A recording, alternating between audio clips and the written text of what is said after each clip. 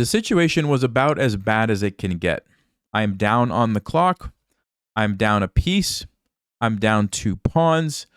I'm playing a strong player. My opponent's pieces are more active than my pieces are. Literally everything about this situation says that I should lose. But I didn't lose this game. And I want to talk to you about how I came back. Now, of course, I was a little bit lucky. I'm not going to sit here and say that you can always win positions like this. But there are a couple of key things that I did that gave myself a chance to win. And I want to talk to you about what those are so that if you find yourself in a losing position, maybe you can turn it around and sneak out a victory. Okay, let's take a look at how we ended up in this mess and then how the game concluded. So I played the Icelandic Gambit, which I haven't been playing recently. I just decided to break it out again. And for some reason, I thought that I could play knight to c6 here. And yes, it walks right into a fork. But I know for a fact that there are some lines in the Icelandic Gambit where you can allow the fork.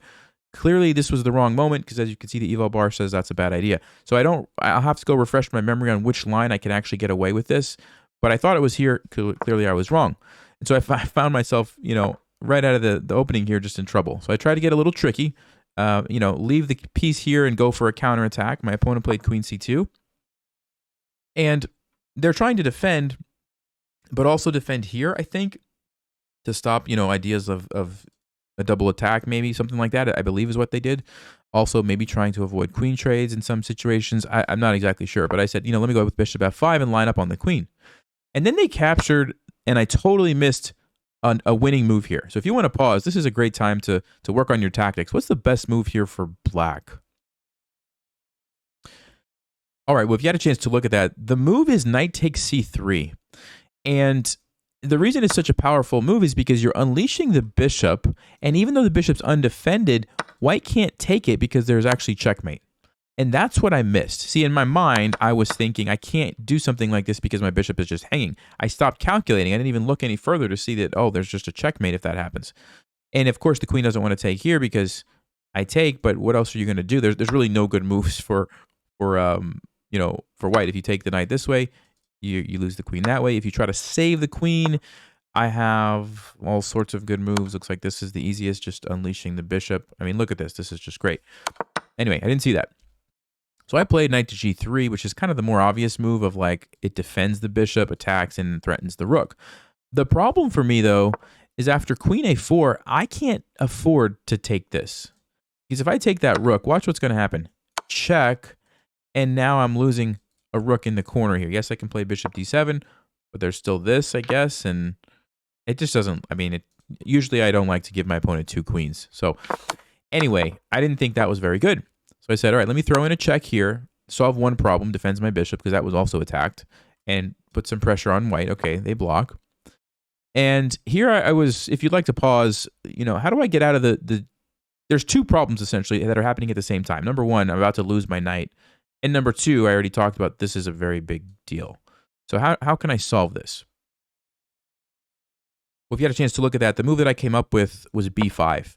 And what b5 does is white doesn't have time to take me because I'll take the queen. So they have to take this pawn. But now there's no more capture here, which unleashes the queen this way, and I lose the rook, which gives me time to do something with my knight. Now, I still didn't like the idea of just taking here because I'm losing a bishop. My knight is stuck. I don't really have any threats. Didn't think that was the way to go. So I decided to take here. And in my mind, I was thinking after takes, the bishop can come in and I can get tricky because of the pin.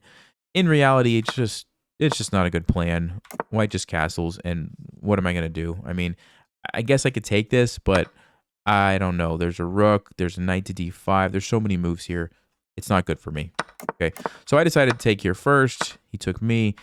And bishop to e3. I missed this, which forced me to trade another piece. And here we go. This is how we ended up in this position right here. As you can see, like I mentioned, down on the clock. I'm down a piece. It's a terrible position. I literally have no compensation. White doesn't even have any weaknesses that I can attack. It's really, really bad. So I said, well, of course, I don't want to trade queens. That just makes my opponent's life even easier. Let's go over here. Okay, he defends. Literally no weaknesses for me to attack. I played g6 because there was a checkmate threat. And right here, Brought the queen in. I mean, this is just some one-move threats because what else can I do?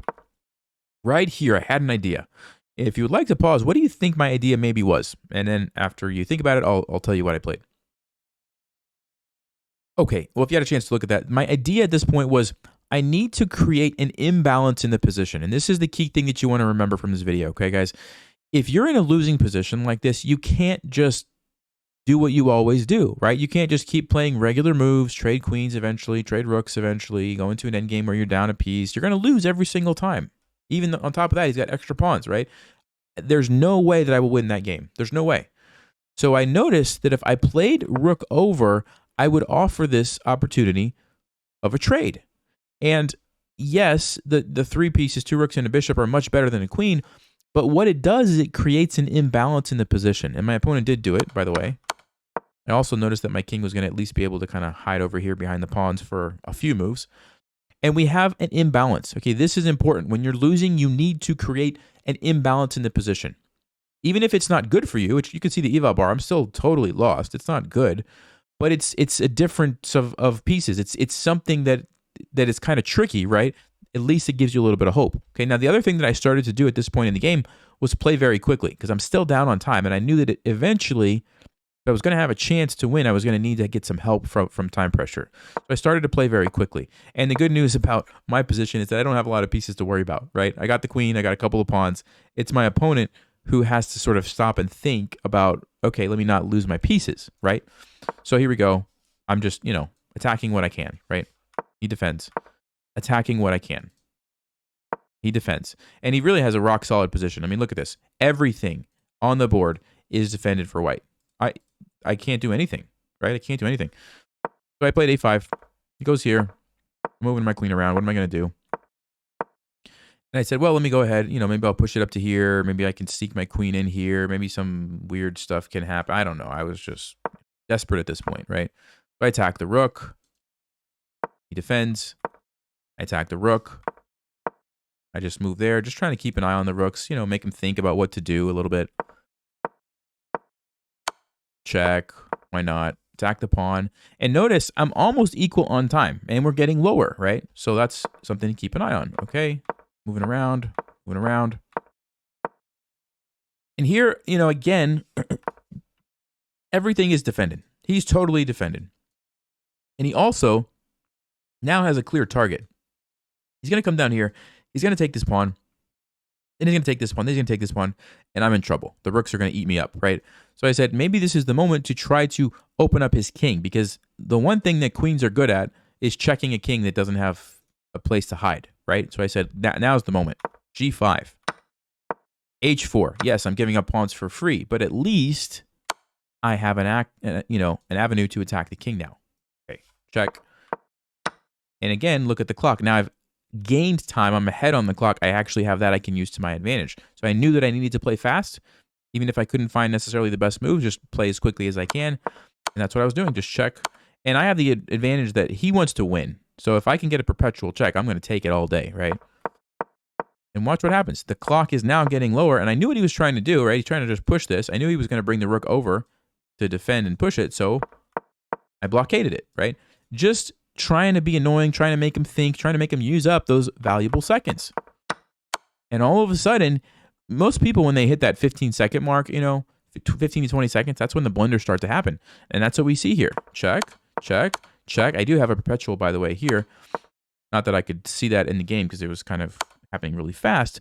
But right here, I noticed that, wait a second, his rook is no longer defended because he moved the bishop, right? The bishop was defending the rook. He moved it back. So now I take the rook. Now I'm not out of it yet because he still has this guy, which is a big deal. But I have checks. And he only has 8 seconds. Checks. And then the huge blunder. If you would like to pause, what's the move here? Got a chance to look at that. That's correct. It's a fork, and it also takes the rook and stops the queen at the same time. It's exactly what I needed. Now, the interesting thing is that the engine still thinks it's a draw at this point because he has all these pawns and the bishop, and yeah, apparently I can't actually win, which is interesting. So check, but I had the clock. He did get the queen, but he ran out of time right here. Didn't have time to finish off the game. And I won. And the reason that I won really went back to that critical moment let's see, where was it? way back here when I decided to offer this and create the imbalance in the position. That's what gave me a chance. A chance. It was a slim chance, of course. But that's what you want to remember. You have to do something a bit wild if you're losing so significantly to mix it up, right? And that's how you give yourself chances to win. Hopefully you can learn something from that. And this doesn't happen all the time, but I got lucky this time and wanted to share that with you guys. Thanks, and I'll see you next time. Stay sharp, play smart, and take care.